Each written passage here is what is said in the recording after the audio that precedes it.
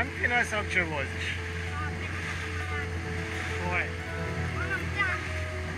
Dobro. Samo pitam. Zapravo bi trebali ići do otoka Sirena, a ja nisam bio. Tako da... Malo više desno. Ok, znači da ide malo više desno. Kad prođeš ovaj otok, onda malo više desno.